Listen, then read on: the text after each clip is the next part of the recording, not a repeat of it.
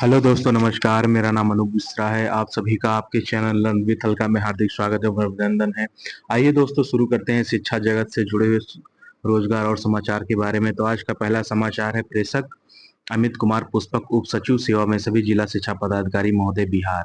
विषय है जिलों में कार्यरत शिक्षकों के वेतन एवं बकाया भुगतान के संबंध में।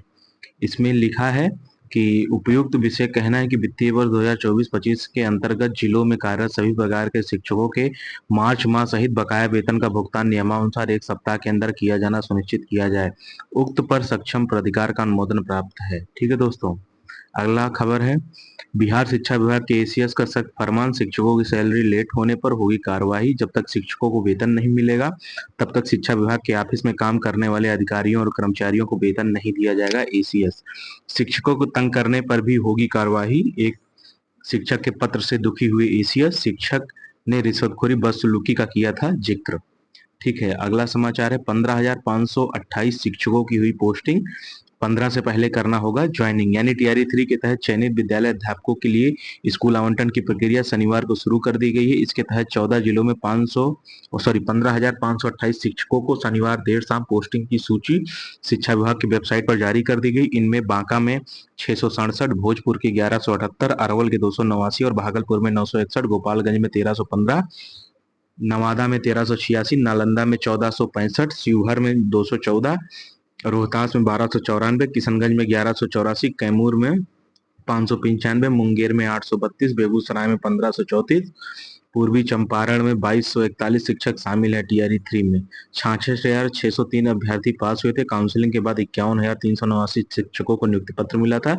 जिनकी काउंसलिंग नहीं हो सकी उनकी नियुक्ति अभी नहीं होगी। शिक्षा विभाग के एसीएस डॉक्टर एस सिद्धार्थ ने कहा कि सभी शिक्षकों को 15 मई से पहले स्कूल ज्वाइन करा लेना है। अगला समाचार है डीएम ने भौतिक सत्यापन के लिए सभी एसडीओ को 22 बूंदों पर जांच करने का निर्देश दिया है। बिना रजिस्ट्रेशन वाले कोचिंग पर सख्ती बरती जाएगी। मात्र 38 कोचिंग संस्थानों ने निबंधन को किया है आवेदन। ठीक है। और ढेर सारे कोचिंग संस्थान आप देख सकते हैं, इसमें लिस्ट दिया हुआ है और आप समझ सकते हैं। 15 साल बाद या आया कोचिंग एक्ट, तो बहुत सारी चीजें हैं कोचिंग से संबंधित। और कोचिंग से स्कूल की पढ़ाई भी बाधित हो रही है। बच्चे स्कूल में नाम लिखा के निकल जाते हैं, कोचिंग करते हैं, स्कूल नहीं आते हैं, तो बहुत सारी समस्याएं। अगला समाचार है इंटर में नामांकन को लेकर के 2025 से 27 बैच के लिए ओएफएस के माध्यम से 11वीं में नामांकन हेतु ऑनलाइन आवेदन की तिथि में विस्तार कर दिया गया है।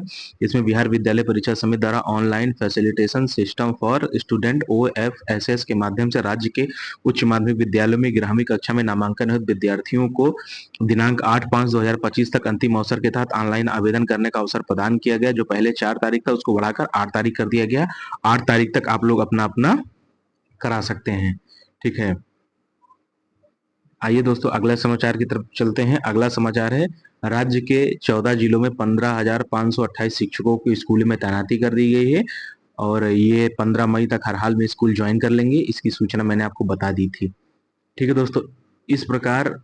और आज चल के देख लेते हैं बीपीएससी से नियुक्त होने वाले शिक्षकों की सैलरी मतलब कैसी है, क्या है, वो सभी देखते हैं। आइए देखो, महिला शिक्षकों का ट्रांसफर लिस्ट अगले सप्ताह आएगा, लेकिन पुरुष शिक्षकों के ट्रांसफर पर कोई चर्चा नहीं हो रही है। जैसे जो बच्चे बीपीएससी टीआरई 3 में ज्वाइन करेंगे उनको क्या क्या डॉक्यूमेंट लगेगा स्कूल में जब वो ज्वाइनिंग करने आएंगे, तो सबसे पहले बीपीएससी का एडमिट कार्ड का फोटोकॉपी लगेगा, काउंसलिंग सौन्मुखी पत्र लगेगा जो सबसे पहले आपको मिला था, फिर प्रोविजनल नियुक्ति पत्र मिलेगा जो आपको जिले में जिला मुख्यालय या जिला शिक्षा पदाधिकारी द्वारा दिया जाएगा। उसके बाद पदस्थापना पत्र मिलेगा, उसी के साथ वो पत्र भी रहेगा जिसमें आपको अपना नाम वगैरह लिखना रहेगा। फिर अंतिम नियुक्ति पत्र मिलेगा। 3 प्रकार के नियुक्ति पत्र हैं, एक सौन्मुखीकरण, एक प्रोविजनल, एक अंतिम नियुक्ति पत्र। और जब अंतिम नियुक्ति पत्र मिलेगा उसी के साथ पदस्थापना पत्र भी आपको मिलेगा। ठीक है। पदस्थापना पत्र जो नंबर 4 पे है, इसकी एक फोटोकॉपी भरने के बाद इसकी एक फोटोकॉपी करा के अपने पास सेव करके रख लेना। ये सारे डॉक्यूमेंट जमा करने तो हैं, इनकी 3-4 प्रति बना लेना, लेकिन इन सभी डॉक्यूमेंट की 1-2 प्रति अपने पास हमेशा सुरक्षित रखना है। आपको भविष्य में आपसे मांगा जाएगा, 2 साल के अंदर कम से कम 10 बार आपसे मांगा जाएगा। ठीक है। अगला है शैक्षणिक प्रमाण पत्र, मतलब high school, inter, graduation, B Ed जो भी आपने किया है, डीएलएड, वो सारे डॉक्यूमेंट विद अटेस्टेड होने चाहिए। उसके बाद 5 फोटो, आधार कार्ड की छाया प्रति, अगर पूर्व से नियोजित शिक्षक हैं तो सक्षम प्राधिकार से निर्गत अनापत्ति प्रमाण पत्र, संबंधित विद्यालय से विरमण पत्र एवं विद्यालय प्रधान से बकाया आरोप आदि। ठीक है। और उसके बाद अगला, प्रधानाध्यापक को संबोधित करते हुए योगदान समर्पित करने के लिए एक प्रार्थना पत्र लिखना है। लिखना है सेवा में प्रधानाध्यापक महोदय, उस विद्यालय का नाम, विषय, विद्यालय में पदस्थापना के संबंध में सविनय महोदय, सविनय निवेदन है कि मेरा नाम ये, मेरा पत्रांक दिनांक ये, अंतिम नियुक्ति पत्र में लिखा होगा और मैं इस पोस्ट के लिए इस विद्यालय में पदस्थापित होने की आज्ञा चाहता हूँ, कृपया मुझे पदस्थापित करने की कृपा करें। फिर विश्वास भंजन, अपना नाम, अपना पता, अपना पद लिख के साइन मोहर करके प्रिंसिपल को सुपुर्द कर देना और इसकी फोटो कॉपी करा के भी अपने पास रख लेना है। ठीक है। यदि आप पहले से कहीं पर जॉब कर रहे थे तो वहां का त्याग पत्र या एनओसी आपके पास होना चाहिए। उक्त जानकारी पिछली बार लगे डॉक्यूमेंट के आधार पर ही है। ठीक है।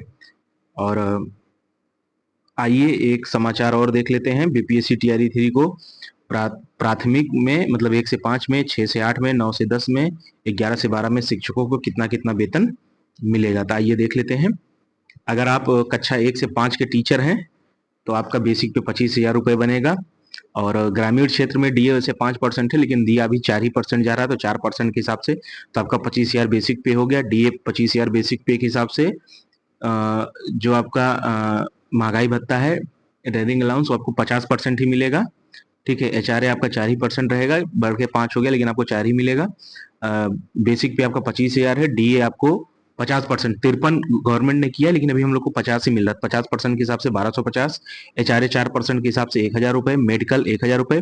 टोटल आपकी जो सैलरी बनेगी 39,500 रुपए बनेगी, और जिसमें से 3,750 रुपए एनपीएस डिडक्ट हो जाएगा इसमें से, और गवर्नमेंट 9,000 रुपए आपको देगी। तो टोटल सब काट पीट करने के बाद टोटल आपकी जो सैलरी बनती है 44,720 रुपए बनेगी, लेकिन एनपीएस कटने के बाद आपको इन हैंड 35,000 रुपए, 35,720 रुपए आपको मिलेगी। ये हो गया 1 से 5 तक की सैलरी। आगे बढ़ते हैं, अगली सैलरी 6 to 8 तक की। ये ग्रामीण क्षेत्र का बता रहा हूँ, जैसे जैसे एचआरए और डीए बढ़ेगा वैसे वैसे आपकी सैलरी बढ़ती जाएगी। तो 6 से 8 के टीचरों का जो बेसिक पे है वो 28,000 रुपए है, 4% इनका एचआरए लगेगा। ठीक है। तो डीए 50% के हिसाब से 14,000 हो गया, एचआरए 4% के हिसाब से 1,120 हो गया, मेडिकल 1,000। इनकी जो सैलरी बन रही है 44,120 बन रही है। एनपीएस इसमें से 4,200 डिडक्ट होगा, और कुछ सरकार भी देती है, तो 10,000 रुपए इनके वहां जमा होंगे, मतलब भविष्य निधि में। और टोटल इनकी सैलरी 49,970 रुपए बनेगी, और इनके हाथ में जो सैलरी आएगी वो 39,890 रुपए आएगी, जो 6 to 8 के टीचर हैं। ठीक है दोस्तों, आगे बढ़ते हैं। और अगला है 9 to 10 के टीचर। इनका बेसिक पे 31,000 रुपए है। ग्रामीण क्षेत्र में 4% एचआरए मिलेगा, डीए 50% ही रहेगा। उस हिसाब से बेसिक पे 31,000 है, तो इनका डीए 15,500 बना, एचआरए 4% के हिसाब से 1,240 बना, और मेडिकल 1,000 रुपए बनेगा। इनकी जो इस हिसाब से सैलरी बन रही 48,740 रुपए बनी, जिसमें से एनपीएस 4650 डिडक्ट होगा, और कुछ सरकार अपने पास से जोड़ेगी, तो 11,160 रुपए आपके भविष्य के लिए संचित होंगे। टोटल जो आपकी सैलरी बन रही है 55,220 रुपए बन रही है, जिसमें 11,160 एनपीएस डिडक्ट मतलब कटेगा, तो इन हैंड आपको सैलरी 44,060 रुपए मिलेगा, जो 9 से 10 के टीचर है। अगला आप बढ़ जाते हैं 11-12 के टीचर जो हैं, उनका बेसिक पे 32,000 रुपए है। इनका एचआरए 4% रहेगा, डीए 50% के हिसाब से। बेसिक पे 32,000 है, तो डीए इनका 16,000 रुपए हो गया, एचआरए 4% के हिसाब से 1,280 हो गया, मेडिकल 1,000 हो गया।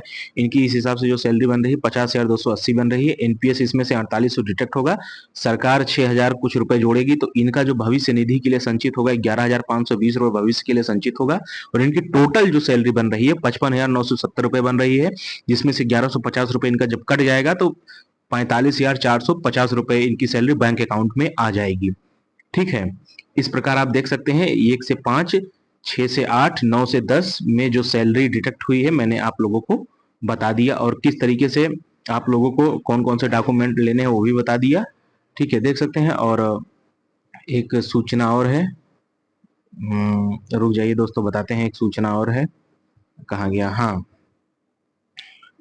जो आपका एचआरए है वो 4% और डीए 50% के हिसाब से बनेगा, लेकिन सरकार ने उसको बढ़ा दिया है। अब देखिए, आपको जो विद्यालय में एक लेटर लिख के देना है कि इस विद्यालय में ज्वाइन कर रहे हैं, लेटर कैसे लिखा जाएगा।